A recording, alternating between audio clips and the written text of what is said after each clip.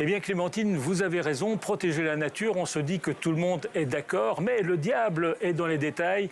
Et vous vous souvenez peut-être que les députés européens s'étaient empoignés en juillet dernier sur ce texte, un texte qui prévoit de restaurer d'ici 2030 20% des écosystèmes abîmés en Europe. On va devoir notamment replanter 3 milliards d'arbres. Pour la gauche, ici au Parlement européen, ce texte est un volet essentiel du pacte vert. Pas possible de lutter contre le réchauffement climatique si on ne protège pas en même temps la nature. Mais pour la droite au Parlement européen, le texte initial allait beaucoup trop loin en imposant notamment des règles beaucoup trop strictes aux agriculteurs et il y avait un risque de perte de production agricole et de perte de revenus. Et les agriculteurs, eh bien, ce sont aussi des électeurs. On est donc retourné hier soir à la table de négociation, 10 heures de discussion pour arriver à un texte de compromis. Les agriculteurs devront bien faire des efforts, produire plus vert, utiliser moins de produits chimiques